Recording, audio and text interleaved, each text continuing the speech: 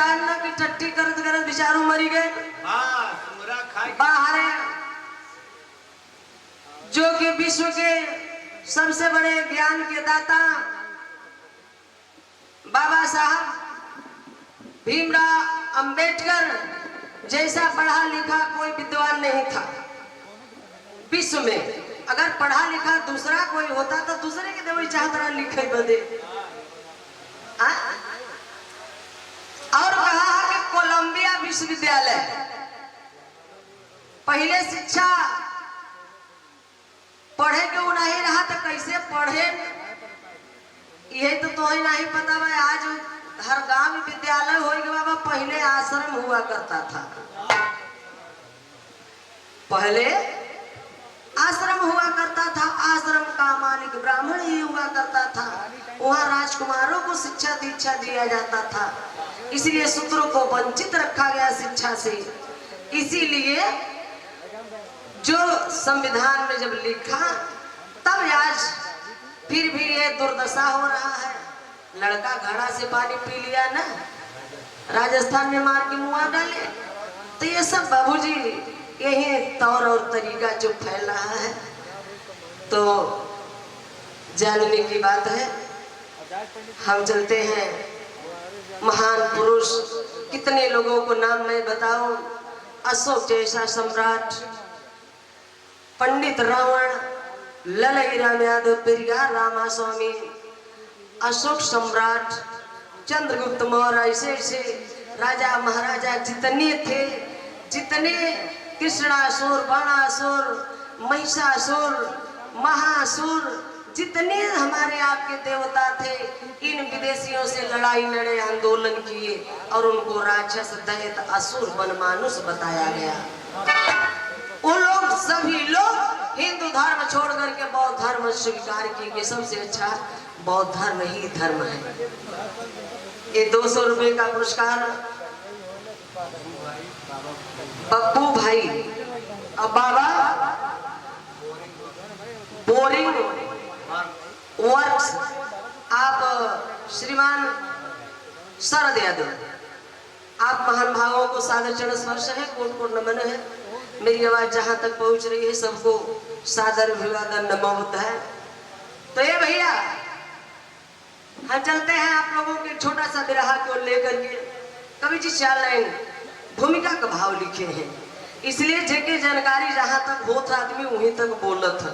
हम ज्यादा नहीं बोले, बस ज्यादा गवैया अपने से बोलत थे, हमको याद रहा थी एकदम जैसे छिवकी काटत रहे नीचे से। जल्दी बोला नहीं तो भैया अपना यूट्यूब पे तो चैनल वाले भैया अगर भेजा तो दोनों पार्टी का भेजा, और अन्यथा आप लोग किसी का मत भेजिएगा, नहीं तो आप लोगों का चैनल भी ब्लॉक कर देंगे। जान लीजिए, कई बार हमारा कार्यक्रम हमारे साथ ऐसा हुआ है, इसलिए मैं बोल रही हूँ आप लोगों से। 4 लाइन भूमिका का भाव है मास्टर, कैसे?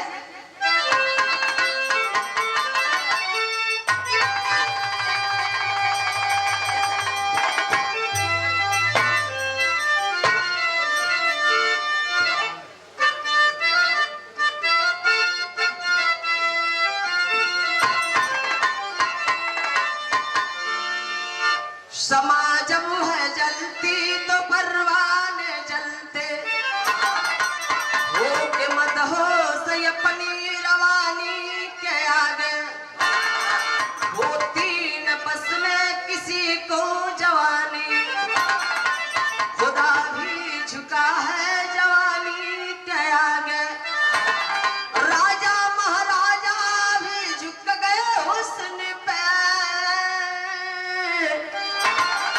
सुरमनी झुक गए हैं दीवानी के आगे, रो रहा है नयन रो रही है कलम, रो रहे बेचुनिक कहानी के आगे।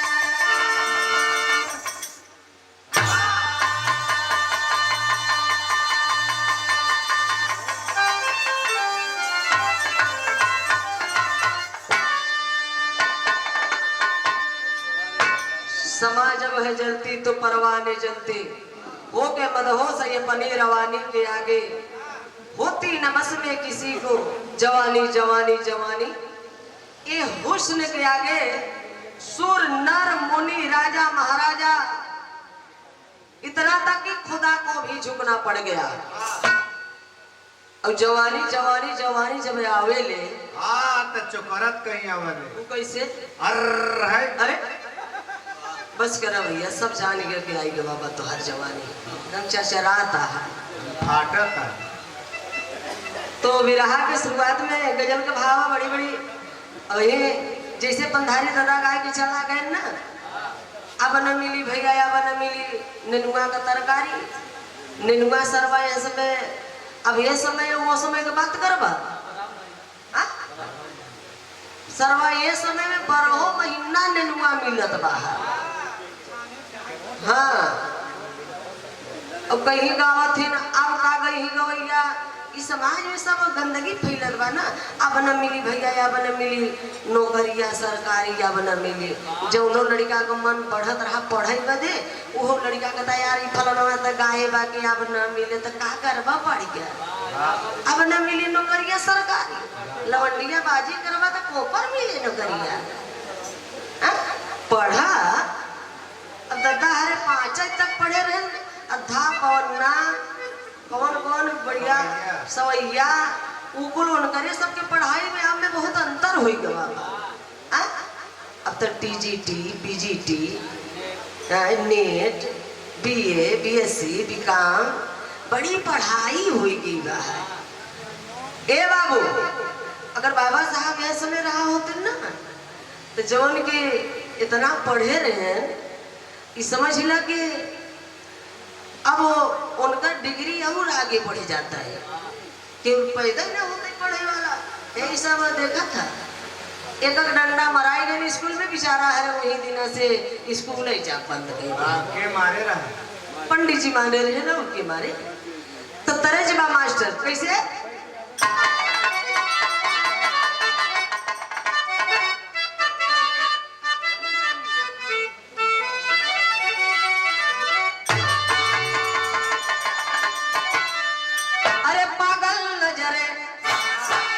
नजरे पागल, अरे पागल नजर दिल दीवाना लगता है, दीवाना लगता है पागल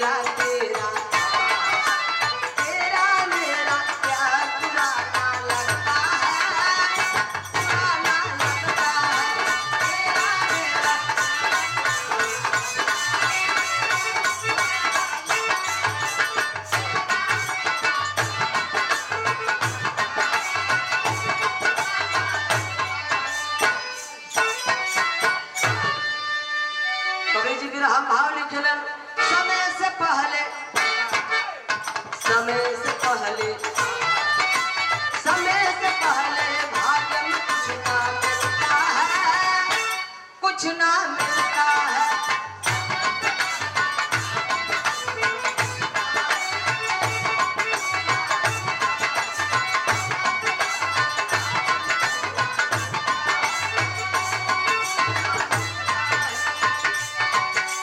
समय से पहले भाग्य में कुछ ना मिलता है।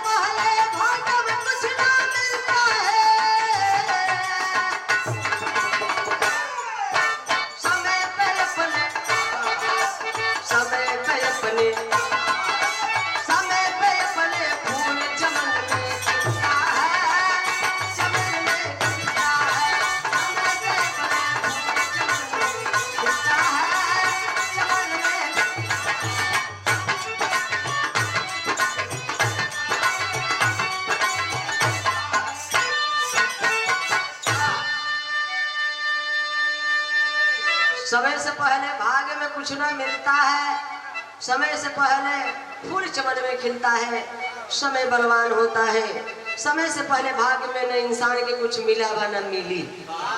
ए बाबू धन्य है।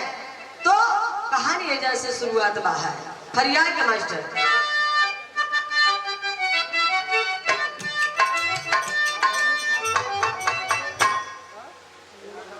आप अमित हार्डवेयर के सौजन्य से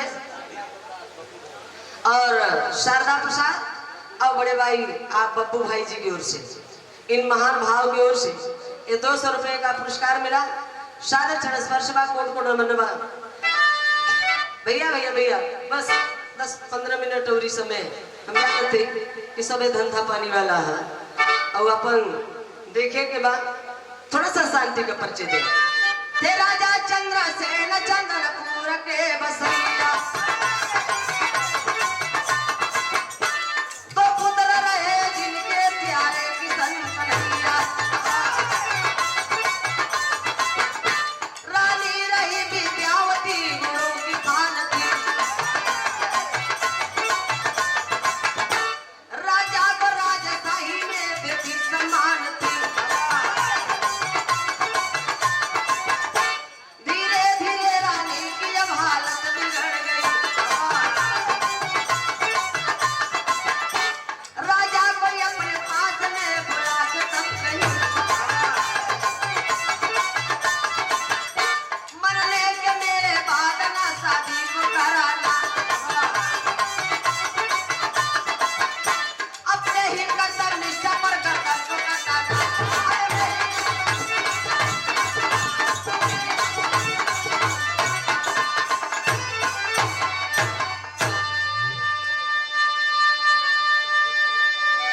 ए बाबू अभी बताए ना कि बिरहा हमार जहां से उठाओ एकदम चमकत जाए।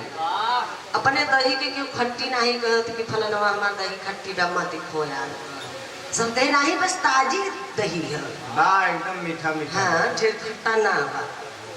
तो ये भैया राजा चंद्रसेन चंदनपुर का रहाई वाला, उनका रानी विद्यावती देवी। ये भैया जी राजा बात पूछबो ही मत करे ना।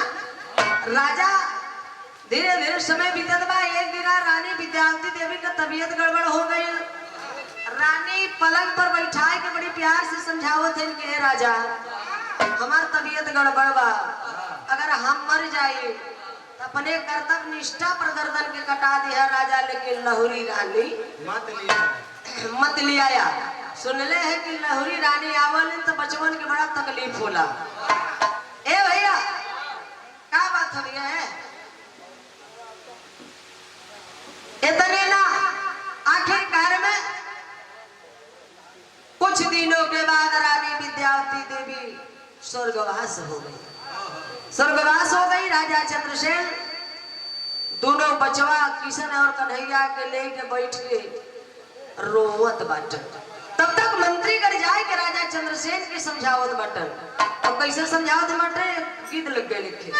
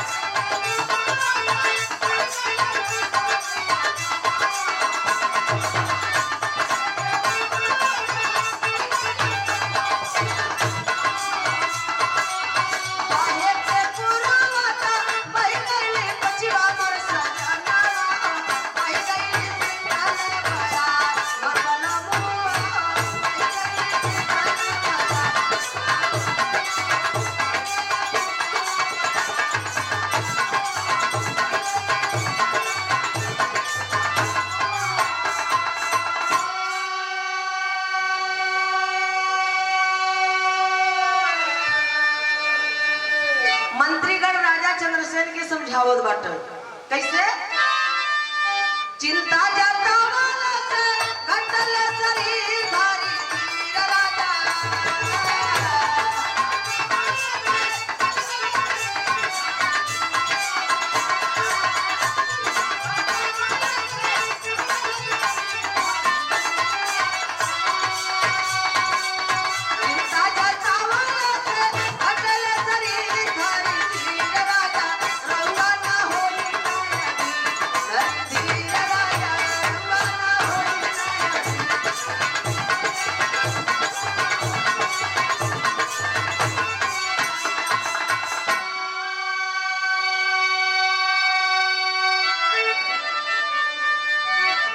मंत्रीगण राजा चंद्रसेन के समझावे लगन के राजा एक रानी मर गई इतनी बड़ी चिंता कैले बाटा तो के रानी लियाए का लाइन लगवा दे यहाँ से झूसी तक मत रोआ चल बल्कि कहीं चला जाए शिकार खेले। तो मंत्रियों के कहने पर राजा चंद्रसेन दोनों बचवा किशन और कन्हैया के घरे छोड़कर अपना चल दिए शिकार खेलने, क्योंकि पहले का राजा शिकारी हुआ करते थे। शिकार खेलने चल दिए। शिकार खेलते खेलते राजा चंद्रसेन वह बहुत दूर चले जाते हैं, काफी दूर चले गए। इतना दूर चले गए कि अपने राज्य से दूसरे राज्य के जंगल में चले गए। जब दूसरे राज्य के जंगल में चले गए तो दूसरे राज्य का राजा विश्वनाथ प्रताप से सुनते हैं कि मेरे राज्य में, मेरे जंगल में कोई राजा आया है, शाम हो गया है, फर्ज बनता है मेहमान का सेवा करना। दौड़ के गए राजा विश्वनाथ प्रताप सिंह जंगले में से राजा चंद्रसेन के मंत्रियों के साथ लिया गईलन अपने घरे। राज दरबार सजल बा, सब हंसत बा, बोलत बा, बतियात बा, लेकिन राजा चंद्रसेन थू नीचे लटकाए के बैठा है। तब तक राजा विश्वनाथ प्रताप सिंह पूछ बैठे कि राजा चंद्रसेन क्यों आप इतना उदास बैठे हो, क्या बात है, बताओ। राजा चंद्रसेन कहेंगे क्या बताइए राजा, हमारी रानी विद्यावती देवी का स्वर्गवास हो गया है। घर में दो बचवा बाटन किशन और कन्हैया, उ लोगन के माई का प्यार दुलार पालन पोषण बचवन का के करत हुई। इतनी बड़ी चिंता बा, इतनी उदासी बात सुन करके राजा विश्वनाथ प्रताप सिंह अपनी एकलौती बेटी चंदा की शादी कर दिए राजा चंद्रसेन से। क्यों कर दिए? धन के लालच में। यह चौथापन राजा चंद्रसेन का और 16 बसंत यह चंदा पार कैले बा, हम नहीं कहत है। यह महान पुरुष ही कहे बयान चाणक्य जी। चाणक्य जी कहे हैं कि किसी चौथे पन में कोई भी पुरुष हो, चौथे पन में किसी 16, 17 साल 20 साल के लड़की से शादी करे के न चाहिए। नहीं तो दूसरे से फंसी है। अच्छा अब बताओ, सब लिख लिख जवन चला गवा है, जवन खसरा खतौनी दे दिए हैं, उहे खसरा बतावता है। हम नहीं कहते खसरा खतौनी बतावता। तो कभी जी भाव लिखे तर्ज बात राजा लहुरी रानी लेके आवत हैं झमझमात।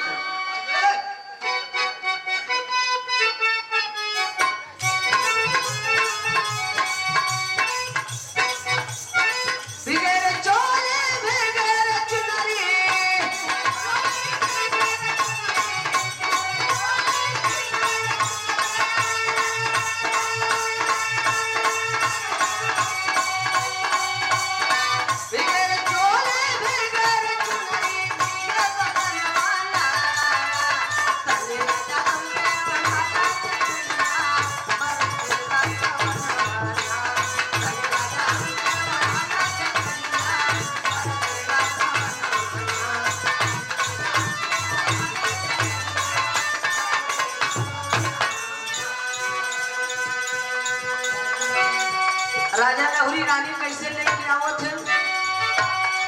चमक के चपला घेरे घटावा,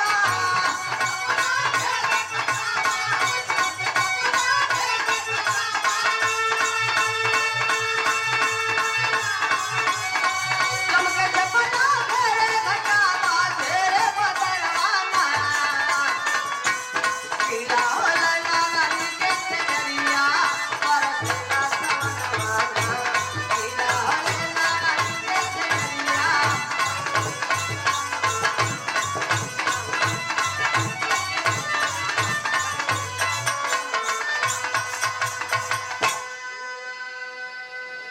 गीला होले ना रानी का सजरिया बरसे ना समनवाना।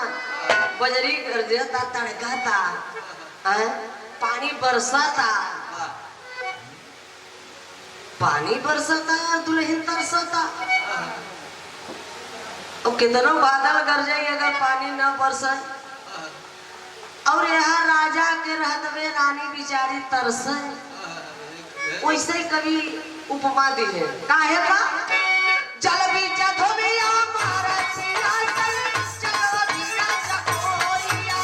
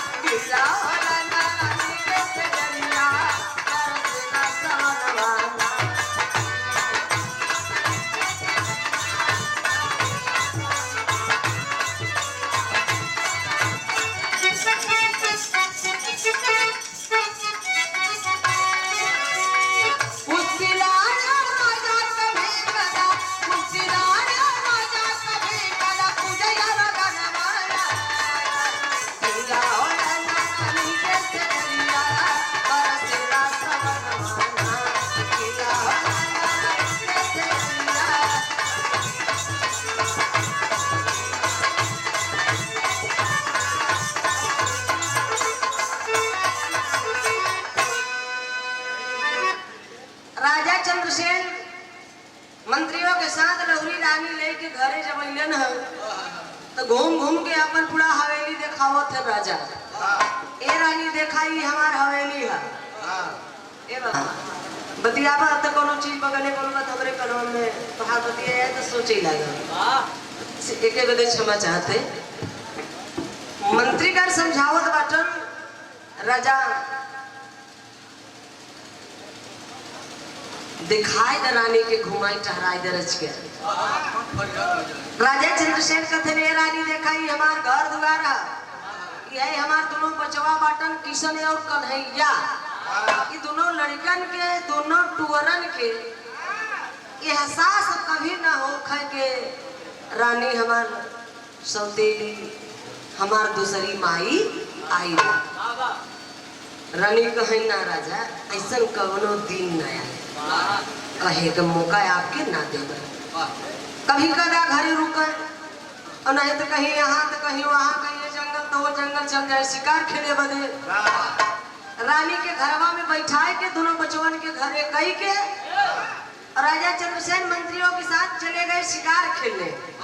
शिकार खेलने चले गए तो हर हवेली आंगनदार हवेली है 3200 वरण सजा के कटकटवा के रूप बनाए के अरे दीजिए 16 बसंत पार करिए बा झमझमात बार लहरी रानी और वही आंगन में बैठी बा है। और यह बहरवा दोनों लड़का किशन और कन्हैया आए के आपस में बैठ बाल खेलत बाटन। जब बाल खेलत बाटन खेलत खेलत उबाल गेंद उड़ के गैल बा गिरल बा अंगनवा में। जब गेदवा के लेवे बदे आंगन में किशन गया है तो मुग्ध माने मोहित बाहरे लहुरी माई मोहित हो जाती है किशन को देख करके। और अंगनवा में एगो बात कहती बा लहुरी रानी किशन से का कहत बा भैया एक लाइन तर्जबा मास्टर।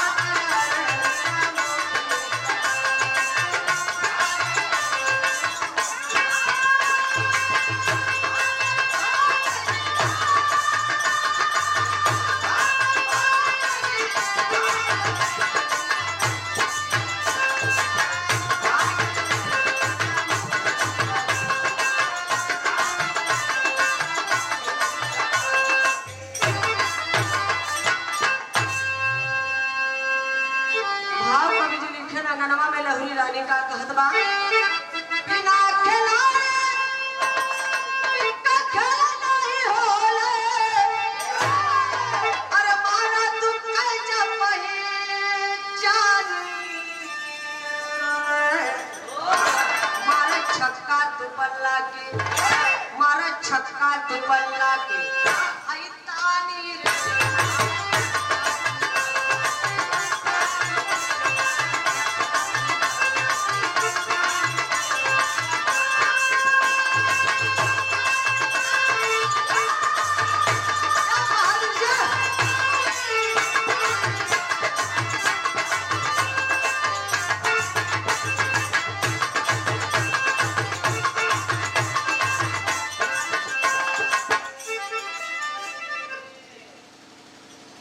बिना खिलाड़ी का खेल नहीं होला, कैसे का खेल होला अब बताई।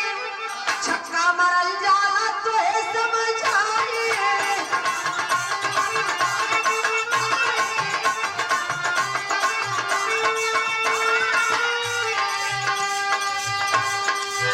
आउट न हो पाई मोरे परनानी, मारा तू कज पहचानी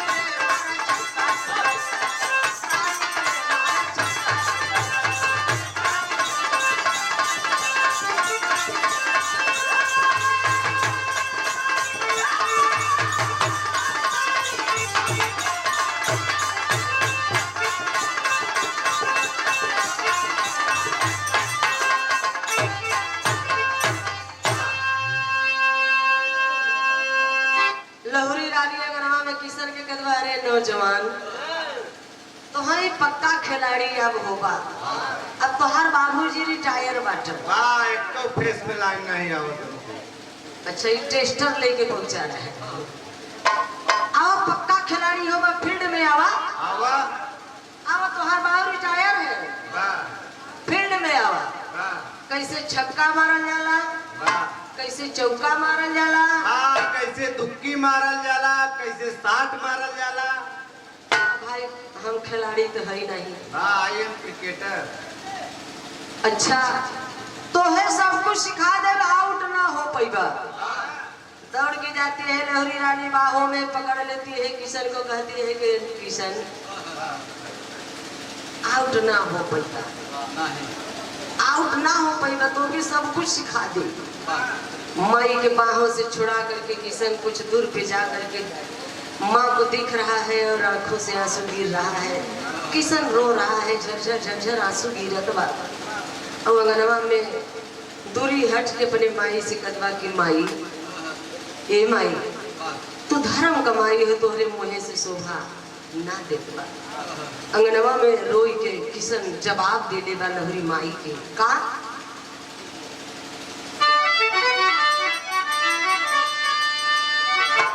अरे माई बिल के ओढ़ाई अचरा, ए भैया माई बिल के ओढ़ाई अचरा। ओ माई बिल के ओढ़ाई अचरा, आवा रिश्ता हाउ जग जग में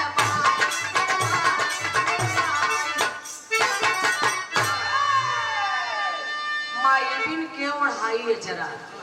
इतनी बात जब लहुरी रानी सुने से कदवा किशन खबरदार, मैं तुम्हारी माँ हूँ। देखो देखो है इश्क का दामन पाक सदा, है इश्क का है इश्क का सदा पाक सदा। जब पाक नहीं परवाना को,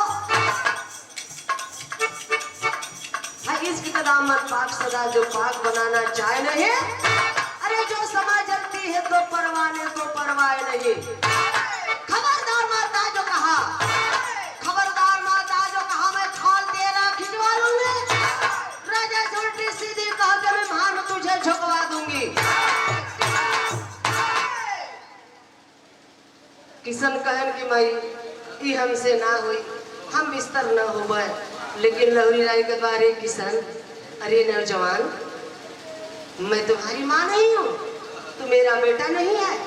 देखो देखो इधर देखो, देखो जरा मेरे हुस्न की ओर देखो, मैं तुम्हारी माँ हूँ। अरे किशन मैं तुम्हारी माँ नहीं हूँ, तू मेरा बेटा नहीं है। आओ हम बिस्तर हो जाते हैं। हुस्न का दीवाना बनना चाहती है हम बिस्तर होना चाहती है, लेकिन बाबूजी किशन छुड़ा करके रो रहा है। डांट करके लहरी रानी कहते हैं कि किशन मेरी बात मान लो, नहीं तुम्हारे पिताजी आएंगे, राजा चंद्रसेन शिकार खेल के आएंगे तो तोके भार में झुकवा दे। किशन कलर माई चाहे भार में झुकवा दा, तोहार अधिकार में तोहार बेटवा है, चाहे काट के फेंकवा दा, लेकिन माई हम बिस्तर ना हो तुम्हारे साथे। माँ, अरे माँ, संजोग देखा है, अब लहरी रानी झूठहीन नखरा फैलावत बा, नखरा फैलाए के बाद और छितराए के जाए के कोप भवन में सूतल बा। और इधर राजा चंद्रसेन शिकार खेल के आ गई। देखत बाटन कुलोरी रानी देखात ना है, दौड़ के गईलन जब अंदर कोप भवन में जगावत बाटा राजा, ए रानी रानी एहर छुए ते छम, एहर छुए ते जैसे कटही कुकुरिया दौड़त वैसे काटे में दौड़त बा। राजा समझ ना पावत बाटन कर रानी क्या बात है, क्यों मुझसे नाराज हो, नाराजगी का कुछ कारण तो बताओ। लहरी रानी कर रहे हैं राजा हमके बियाह करके ले आए बाटा अपने बदे के अपने बड़का लड़का बदे, हमके तो छोड़ के चल गया रहला, तो हर बड़का लड़का आई के कमरा में हमारे साथ में बरियाई करत रहा, हम बिस्तर हुआ चाहत रहा, हुस्न का दीवाना बना चाहत रहा। अरे बाप रे बाप, होश उड़ गई राजा चंद्रसेन की। क्या कर रही हो तुम रानी, मेरा बेटा मेरा लाल ऐसा नहीं है, क्यों कलंक लगा रही हो। ए बाबू इतने ना, आखिरकार में राजा कहते हैं कि कोई प्रमाण कोई सबूत तुम्हारे पास हो तो दिखाओ। रानी रानी का के लिए रहलन के गेदवा के रख ले रही, गेदवा लिया के राजा के दे दिए। सल्ला राजा अब विश्वास करो कि तुहार लड़का हमारे साथ बिस्तर, हम बिस्तर हुआ चाहत रहा, हमारे कमरा में गए रहा, बरियाई करत रहा, इज्जत लूटा चाहत रहा। अब इस सबूत को देख करके राजा बोलते हैं रानी जितनी सिकड़ी सिकड़ी सजा हो बताओ, मैं अपने बेटा को देने के लिए तैयार हूँ। रानी सजा बोल देवा राजा से। राजा जब तक अपने बेटवा का आंख निकलवाए, आंख निकलवाए का हमके दे न देवा, तब तक राजा खाना पीना उठना बैठना सोना सब कुछ त्याग दूंगी। लहरी रानी का बतिया सुन के राजा चंद्रसेन जल्लादों को आदेश दे दिए। जल्लाद आए, किशन को पकड़ के ले गए जंगल में, घनघोर जंगल में बाबूजी पटक के छतिया पे चढ़ बैठल बा। जल्लाद रामपुरी चाकू निकाल के किशन का खिया निकाली जात बाटन। और समय जंगलवा में किशन मुन्ना रोई रोई के जल्लादन से कहत बा, का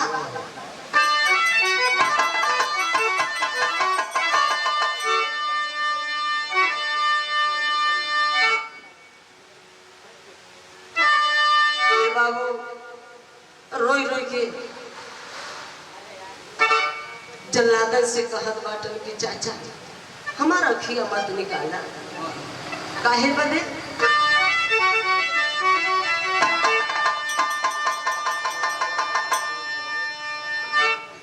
रोएला ललनवा आंसू ढार ओही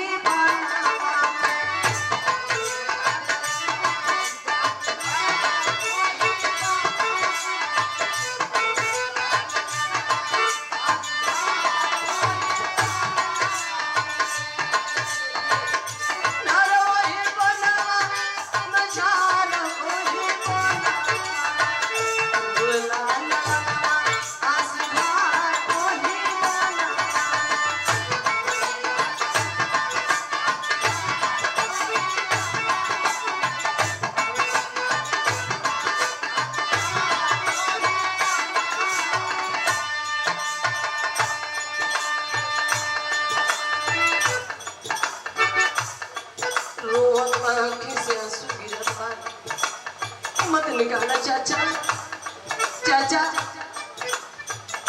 तू जल्लाद हत का करी, तोहरो पास ता औलाद हो गई ना, हमरे जैसा लाग तोहरो हो गया। अखिया मत निकाला, हमें अखिया की चिंता ना बा। चिंता काहे के बा,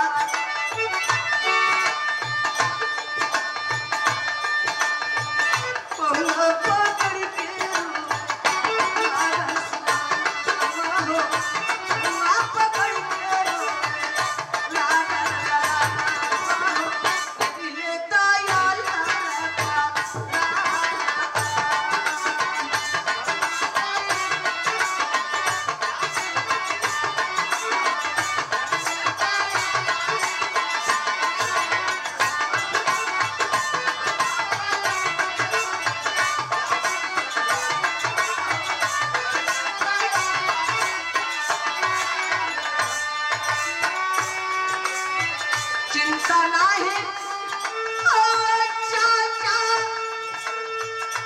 निसरल काया पिया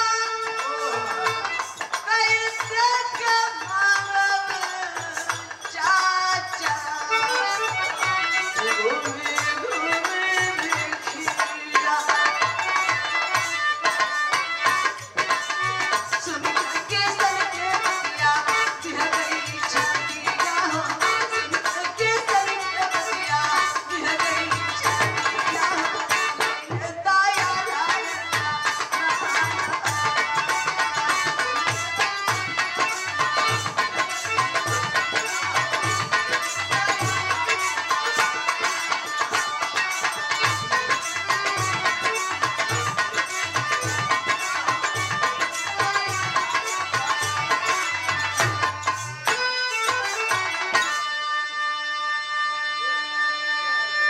ए बाबू रोवत बा किशन कदमा चाचा हमें परनवा के चिंता ना बा कि अखिया के चिंता इसलिए बा कि अखिया निकाल ले बा तो चाचा हम देखियो मांगे लायक न रह जाए चाचा ऐसे चाचा पहले हमार परनवा ले ले हमें मुआई दा तब हमारा अखिया निकाला अरे बाप रे बाप जल्लादन के राह में आ गई जल्लाद किशन को छोड़ दिए जाओ बेटा यहाँ से बहुत दूर चले जाना नहीं तो राजा को पता चलेगा तो पता नहीं राजा हम लोगों को क्या सजा देगा जल्लाद छोड़ दिए एक हिरनी को पकड़ करके होकर मार के होके दोनों आंख होकर निकाल के जल्लाद ले आए लहरी रानी के दे दिए ला रानी लाई तोहरे बड़का लड़का किशन का दोनों आंख थाली सजा करके रानी अपने हवेली में जश्न मना रही है कि मेरी मनोकामनाएं तो पूरी हो गई लेकिन मुन्ना किशन जंगलवा में बाबूजी सोचत बिने दाना पानी के लालू कहाँ पहुंचा बाबू कहना बा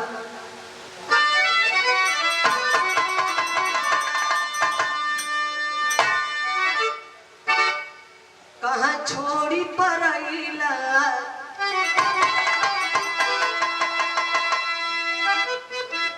छोड़ी परैलू ए माये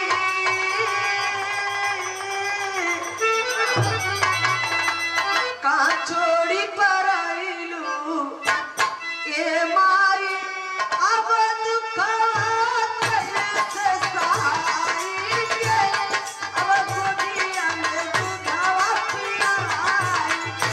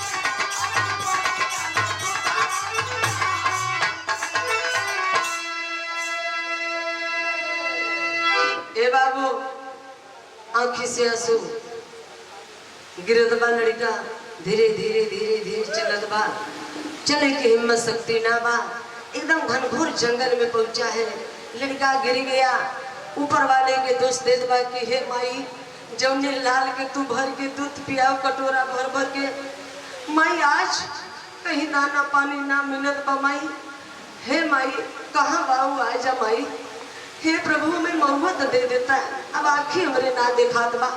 एक झाड़ी में जंगल में दाना पीने पानी का लड़का बेहोश होके बाबू पड़ गया।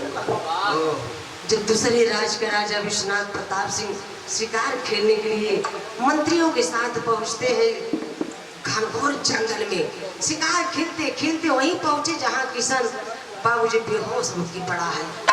अचानक नजर पड़ गई झाड़ी में, तुरंत घोड़ा रोक दिए। राजा चंद्रसेन घोड़ा से उतर करके गए, मंत्रियों के साथ लड़का को घोड़ा पर बैठाए, पकड़ करके ले करके आए मंत्री के घर में।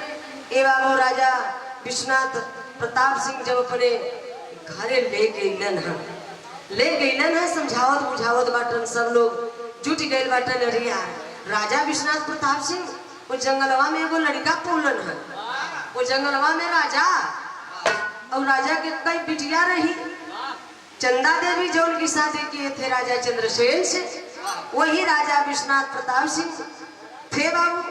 तो देखे आज इधर कवि जी भाव लिखे हैं, अब अपने महल में ये हर खुशी की बधाई बजवाते हैं, सोहर गवाते हैं राजा विश्वनाथ प्रताप सिंह। कैसे मास्टर? पापड़ के भाव में।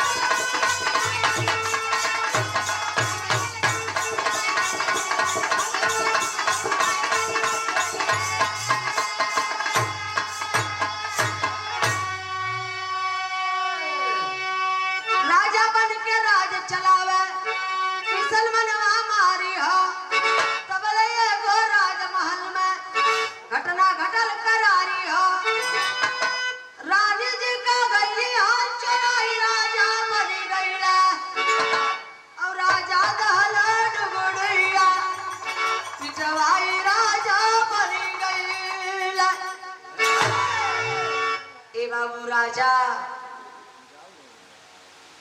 अब विश्वनाथ प्रताप सिंह अपने महल में खुशी की बधाई बजवाए, इतना तक कि अपन राजपाट सब कुछ सौंप दिए किशन को। किशन राजा बन के राज चलावे लगल, ब्याह हो गया उनकर, दुल्हन भी आई गए। जब रानी आई न राजा किशन वाली, तब देखा किशन के रानी का हार चोरी हो गया, 9 लाख हार जब चोरी हो गया राजा के घरे में से, तो राजा कहलन का कि अपने गांव घर नगर जिला में ढिंढोरा पिटवा दिए कि जो रानी का चोर चुराया होगा, अगर वो पकड़ा गया तो तुरंत उसको फांसी की सजा दी जाएगी और दोनों हाथ काट लिया जाएगा। और सिपाही रात दिन किशन राजा के राज में चोरे के खोजत बाटन, पता लगावत बाटन कि कौन चुराए रहा रानी का हार, कौन चुराए रहा। अब बाबू इधर जौन किशन बिछड़ल बाटन, कन्हैया रोई रोई के हर अपने बड़का भैया किशन के खोजत बाहर। और कैसे खोजत बा बाबूजी, आल्हा में कभी भाव देखे।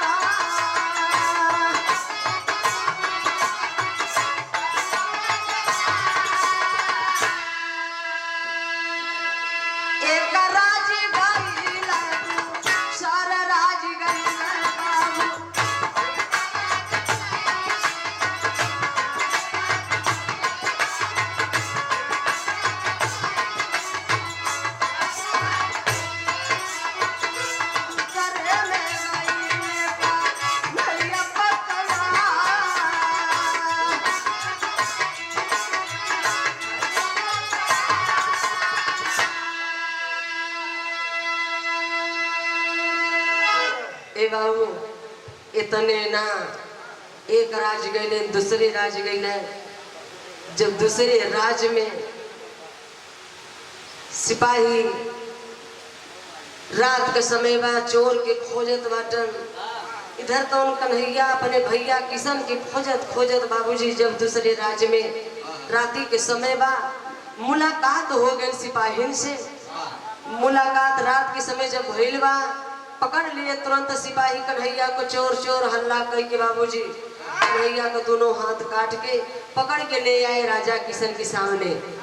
ला राजा, राजा ला, यह चोर है, यह रानी का हार चोरौले बा, यह चोराए बा चोरवा।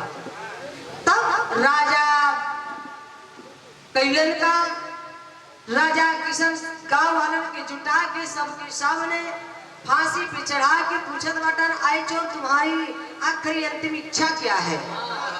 धीरे धीरे टाइम हो गया बा फांसी का, टुकुर टुकुर ताकत बा कन्हैया, और कन्हैया पहचानत बा कि हमार बड़का भैया हुआ, लेकिन बड़का भैया ना पहचानत बटन कि हमार छोटका भाई कन्हैया है। कैसे पिछड़ा रहन तो बहुत छोटा रहा कन्हैया, अब चेहरा मुखड़ा बदल गई बा। तब बाबूजी अपन आखिरी अंतिम इच्छा कन्हैया रोई के राजा किशन से कहत बा का,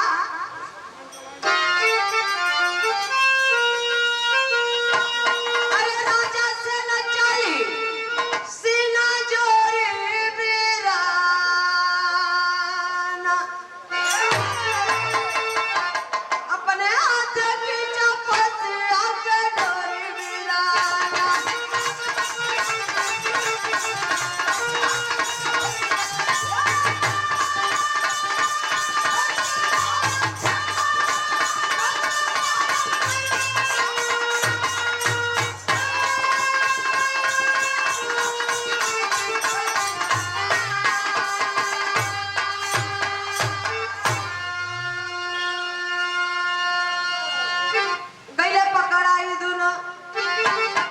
धन्य है आखिर में आंसू भरल बा। कन्हैया कदबा की भैया हेरा लला, हम तो के पा गई, हमार तो बड़ भाई रहा, भर नजर देख लेनी भैया, लेकिन भैया हमारा आखिरी अंतिम इच्छा ही बा कि हमार तो बाह है, बड़ भाई है या कि फांसी का डोरी तू अपने हाथे खींच भैया, खींच दे भैया, खींच दे फांसी का डोरी तू खींच अपने हाथे भैया। लेकिन भैया हम फौजी का चोरी ना कैले हैं, हार ना चोरौले हैं भैया, हम चोर नहीं है भैया।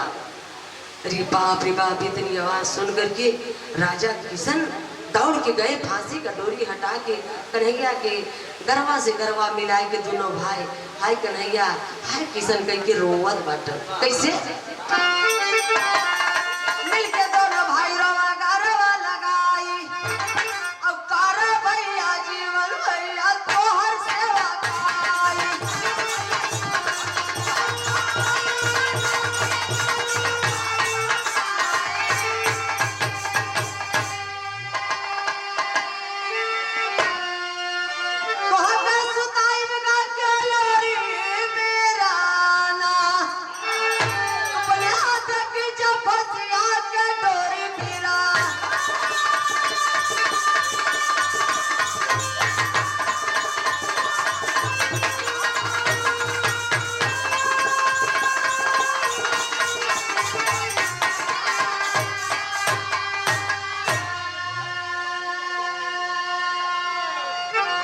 लाइन में कहनाम बा, दोनों भाई रोवत बाटन, रानी भी रोवे लगली, बड़का भैया रोवत बाटन, पगला मत रो, तोर दोनों हाथ कटी गवा तो तोर बड़ भाई जिंदा बा ना। अरे भाई का बाह पुजाता है, भाई जिंदा है ना, मत रो, तो के लोरी गा के सुताई, लोरी गा के सुताई, तो के तोरा जीवन सेवा कर। धन्य हो बाहरी किशन, बाहरी कन्हैया। तो इस समय परिस्थिति में जेके भाई मिले बाबूजी कन्हैया जैसन, और जेके लहरी माई मिले, ऐसा कुलंछनी माई ना मिले जौन की बीती हुई फुलंदा की कहानी फिर से दोहरावत है। अब कहे जरूरत ही नहीं बा। तो धन्य है ये रहा बिरहा हमार आखिरी लाइन में कहना था गुरु मोहम्मद राम शक शिवदान की बानी कभी हर संग विकास ज्ञानी अरे